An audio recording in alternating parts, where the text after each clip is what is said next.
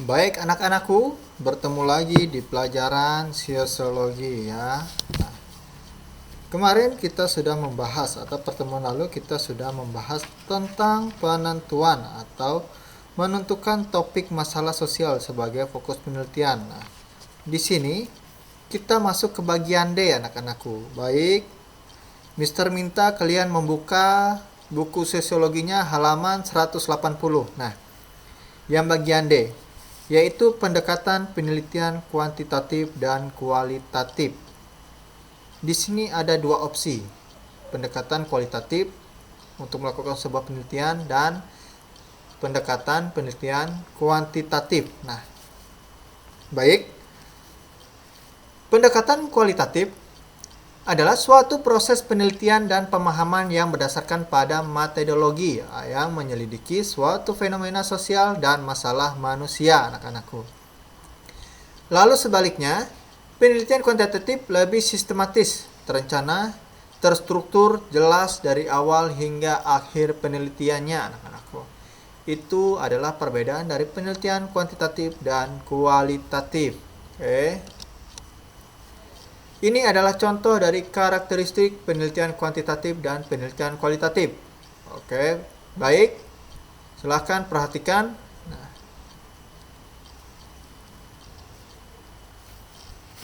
Nah, di situ kita bisa melihat karakteristiknya ya, jenis data.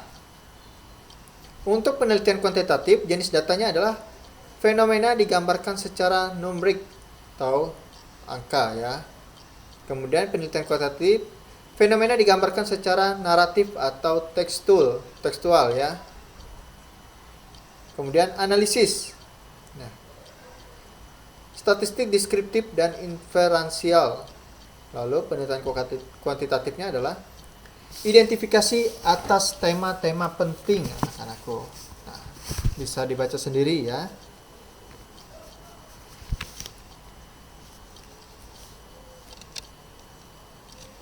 Lalu kita masuk ke karakteristik dan keterbatasan penelitian kuantitatif. Nah, ini adalah contoh proposal penelitian kuantitatif ya. Nah, pendekatan kuantitatif dalam melakukan penelitian sosial banyak dipengaruhi oleh berkembangnya ilmu eksakta, anak-anakku.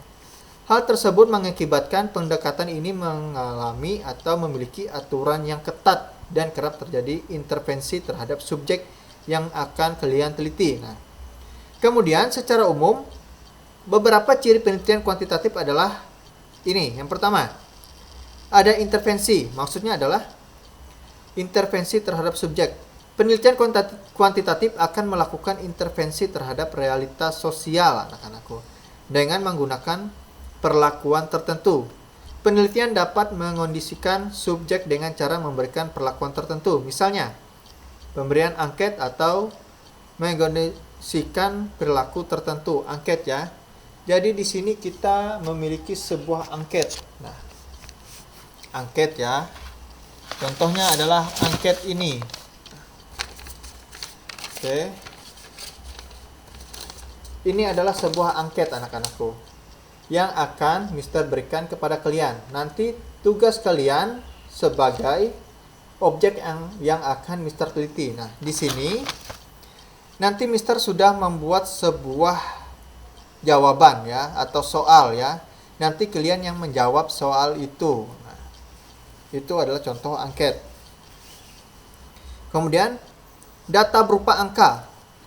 Data dalam penelitian kuantitatif banyak didominasi angka sebagai hasil suatu pengukuran berdasarkan pada variabel yang telah dioperasionalkan, anak-anakku. Kemudian subjek banyak.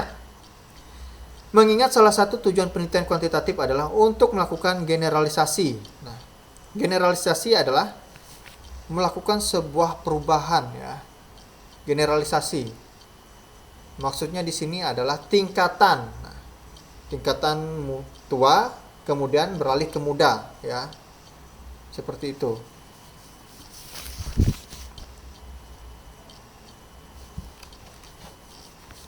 Oke. Kemudian setelah dilakukannya generalisasi, maka subjek penelitian yang dibutuhkan cukup banyak, anak-anakku.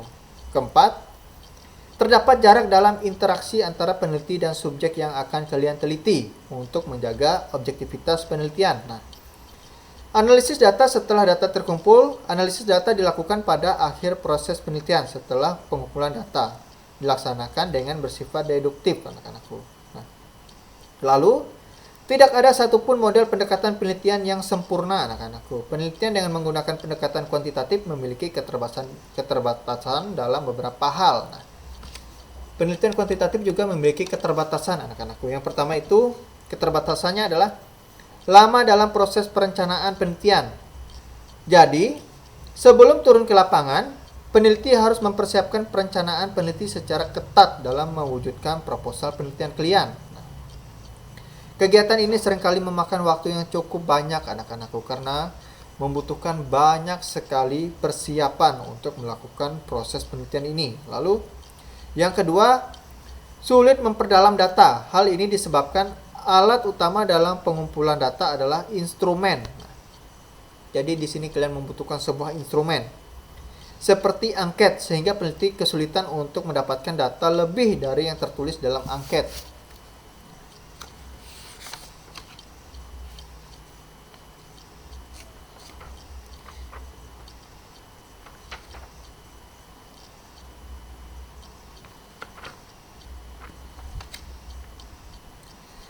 Sekarang kita masuk ke karakteristik dan keterbatasan penelitian kualitatif. Oke. Nah, ini adalah contoh penelitian kualitatif. Secara sederhana, anak-anakku, dapat dikatakan bahwa penelitian kualitatif adalah kegiatan meneliti informan atau subjek penelitian dalam lingkungan hidup kesehariannya. Oleh karena itu, peneliti sebisa mungkin berinteraksi secara dekat dengan informan untuk mengamati dan mengenal secara dekat kehidupan subjek penelitian. Nah, jadi di sini kalian akan langsung terjun ke lapangan, anak-anakku, untuk melakukan sebuah penelitian. Misalnya adalah penelitian gempa bumi atau banjir. Nah, jadi di sini kalian akan langsung berinteraksi secara dekat dengan informan atau masyarakat di situ, yang akan kalian mintai data atau sumber-sumber. Mereka akan menjadi narasumber kalian untuk mengisi, untuk dijadikan sebagai penelitian kalian. Kemudian, kalian juga mengamati dan mengenal secara dekat kehidupan subjek yang akan kalian teliti. Kalian akan mengenal lebih dekat bagaimana kehidupan orang-orang yang kalian teliti. Sebagaimana dipaparkan para ahli, pendekatan kualitatif memiliki beberapa ciri, anak-anakku. Nah, Mister akan menjelaskan beberapa ciri dari pendekatan kualitatif. Yang pertama itu adalah bersifat alamiah. Maksudnya di sini adalah peneliti tidak berusaha memanipulasi atau menyeting ulang penelitian yang kalian teliti, ataupun melakukan intervensi terhadap aktivitas subjek penelitian. Jadi di sini adalah penelitian yang kalian lakukan adalah benar-benar real, tidak ada perubahan. Kalian tidak melakukan sebuah manipulasi atau pembohongan publik, ya. Lalu, data penelitian bersifat deskriptif. Maksudnya adalah data penelitian berupa narasi cerita, kemudian penuturan informan, dokumen-dokumen pribadi seperti foto dan catatan pribadi. Nah, inilah yang harus kalian lakukan untuk melakukan sebuah penelitian. Kalian harus memiliki deskripsi. Lalu, data penelitian kalian harus memiliki sebuah narasi, ya, narasi untuk kalian tanyakan nanti kepada informan. Lalu kalian juga memintai penuturan informasi dari informan atau subjek-subjek yang kalian teliti. Kalian juga harus memiliki dokumen-dokumen pribadi, seperti kalian memiliki sebuah foto untuk bukti kalian, foto, video, lalu catatan-catatan pribadi yang penting, anak-anakku. Nah, yang ketiga, subjek terbatas. Sumber data dalam penelitian kualitatif adalah orang-orang yang dianggap tahu dengan fenomena yang kalian teliti. Nah, lalu, kontak personal secara langsung. Maksudnya di sini adalah dalam melakukan sebuah proses pengumpulan data terjadi kontak langsung dengan narasumber antara peneliti dan subjek yang diteliti. Jadi di sini kalian akan melakukan sebuah kontak langsung. Misalnya kalian langsung terjun langsung ke desa yang mengalami dampak gempa bumi atau banjir, kan aku. Lalu, analisis data dilakukan secara edukatif. Nah, metode penelitian kualitatif lebih berorientasi pada eksplorasi dan penemuan dan tidak bermaksud untuk menguji teori. Jadi, maksudnya di sini adalah analisis yang kalian lakukan secara edukatif ya. Nah, dalam metode penelitian kualitatif lebih berorientasi pada eksplorasi. Jadi kalian akan dilakukan sebuah penjelajahan anak-anakku untuk mendapatkan sebuah informasi. Jadi di sini kalian harus memiliki sikap yang kuat, lalu mental yang kuat. Karena untuk melakukan sebuah penelitian kualitatif, kalian akan merasakan apa yang dirasakan oleh peneliti. Maksudnya, kalian sedang meneliti sebuah fenomena gempa bumi atau banjir. Nah, tanpa sadar, kalian juga akan merasakan apa yang dialami oleh orang-orang yang terdampak pada bencana alam itu. Seperti itu. Nah, oke. Baik, sebagaimana halnya dengan pendekatan kuantitatif, pendekatan kualitatif sendiri anak-anakku juga memiliki sisi keterbatasannya. Beberapa keterbatasan pendekatan kualitatif adalah ini. Ya. Sebentar. Yang pertama, kualitas penelitian tergantung pada pengalaman peneliti sebagai instrumen penelitian atau human instrument. Jadi di sini kalian harus memiliki sebuah pengalaman untuk melakukan sebuah penelitian ini. Kemudian subjektivitas tinggi. Karena di sini kalian akan melakukan sebuah objek. Kalian menjadikan masyarakat atau fenomena yang terjadi di dalam lingkungan masyarakat sosial itu sebagai objek. Nah, kemudian perubahan perilaku informan. Kalian harus bisa memilih informan yang benar-benar bisa dimintai informasi yang benar, anak-anakku. Jadi di sini kalian harus memiliki kejelian dalam memilih informan untuk mendapatkan informasi. Kemudian waktu pengumpulan data yang lama, anak-anakku. Tidak hanya prosedur standar. Nah, interferensi yang berada antar peneliti. Nah, maksudnya di sini kalian akan merasakan apa yang perbedaan yang kalian teliti dengan yang terjadi di lingkungan atau dampak terjadi sebuah fenomena banjir atau gempa. Nah, banyak istilah yang digunakan untuk menyebut penelitian kualitatif. Di antaranya adalah studi kasus, fenomenologi, etnologi, dan etnografi. Nah, kita masuk ke studi kasus. Oke. Jadi, contohnya studi kasus. Seorang dokter atau psikolog melakukan penelitian untuk mengetahui mengapa remaja yang terlibat penyalahgunaan narkoba banyak dialami oleh anak bungsu. Nah, dalam penelitian yang diteliti hanya satu subjek, yaitu penyalahgunaan narkoba oleh anak bungsu. Tapi penelitian dilakukan lebih mendalam, berfokus pada karakteristik dari anak bungsu itu. Nah, faktor yang diteliti misalnya latar belakang keluarga, lingkungan sosial, sifat khusus anak bungsu, dan perlakuan dalam keluarga. Nah, itulah yang akan kalian teliti, di mana kalian akan meneliti latar belakang keluarganya. Ya. Entah keluarganya kaya raya, memanjakan anaknya, lalu anaknya menyalahgunakan wewenang yang diberikan keluarganya, atau anak ini mengalami depresi karena keluarganya broken home ya. Lalu dia lari ke narkoba. Awalnya dia minum-minum, coba-coba, lalu terjerumuslah dalam narkoba. Kemudian lingkungan sosial. Nah, pengaruh terbesar kita adalah lingkungan sosial, anak-anakku, di mana lingkungan sosial itu bisa mempengaruhi pola pikir kita ya, anak-anakku. Apabila dalam lingkungan sosialnya memiliki teman-temannya sepataran remaja ya, contohnya ya, itu adalah seorang preman, pengangguran, pemabuk dan sebagainya. Apabila kita tidak ikut, maksudnya di sini kita hidup dalam lingkungan sosial itu, tanpa sadar kita telah masuk ke dalam sebuah lingkaran hitam. Nah, apabila kita tidak bisa seperti mereka, maka kita akan dianggap aneh.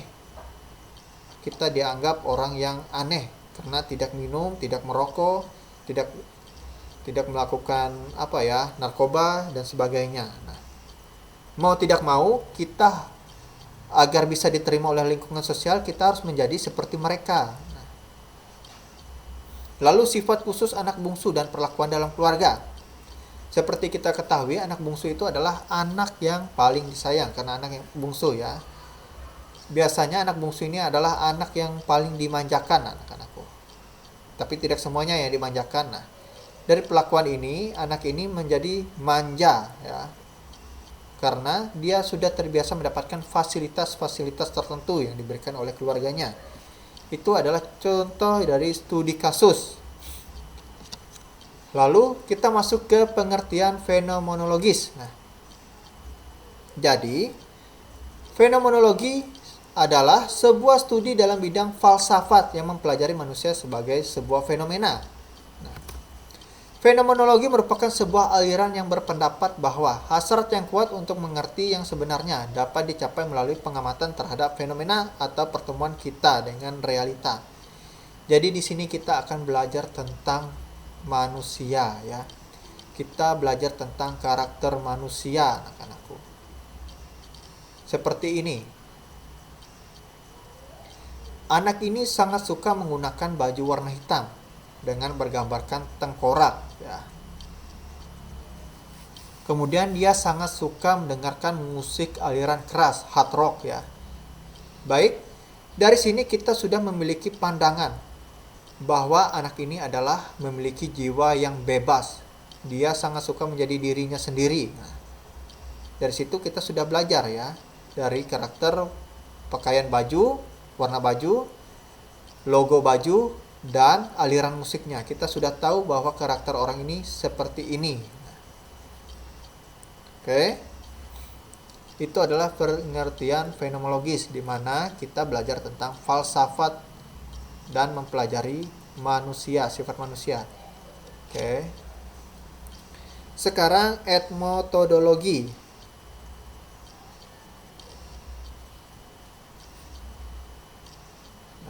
Di sini biarkan objek berbicara maksudnya. Etmonologi berangkat berbagai sebuah kritik terhadap bias positivisme dalam penelitian sosiologi. Nah, pemahaman terhadap fenomena sosial tidak cukup berhenti pada penarikan kesimpulan terhadap sebab musibah gejala sosial tanpa memperhatikan aspek interval individu. Nah, oke. Jadi, etimologi merupakan cara mempelajari perilaku sosial dengan mendeskripsikan sebagaimana adanya. Pendekatan ini tidak mengembangkan informasi melalui interview atau kuesioner, tetapi tergantung pada interaksi pembicara secara wajar. Lanjut, kita masuk ke etnografi.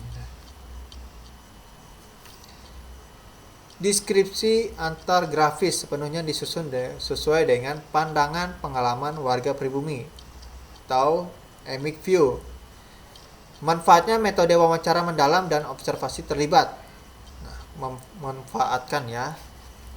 Lalu peneliti tinggal di lapangan untuk belajar tentang budaya dan kajiannya. Lalu analisis datanya bercorak menyeluruh atau holistik, yaitu menghubungkan antar satu fenomena budaya dengan fenomena budaya lain atau menghubungkan antara satu konsep dengan konsep lain. Jadi di sini kita akan belajar tentang bagaimana kebudayaan, karakteristik budaya masyarakat yang akan kalian teliti anak-anakku. Oke. Baik. Dari sini pelajaran Mister akhiri. Untuk pertemuan berikutnya kita masuk ke halaman 184, yaitu memilih subjek penelitian sebagai sumber data dan informasi. Nah, hari ini pelajaran sosiologinya Mister akhiri. Mister sangat berterima kasih untuk partisipasi kalian dalam video yang Mister berikan ini. Nah,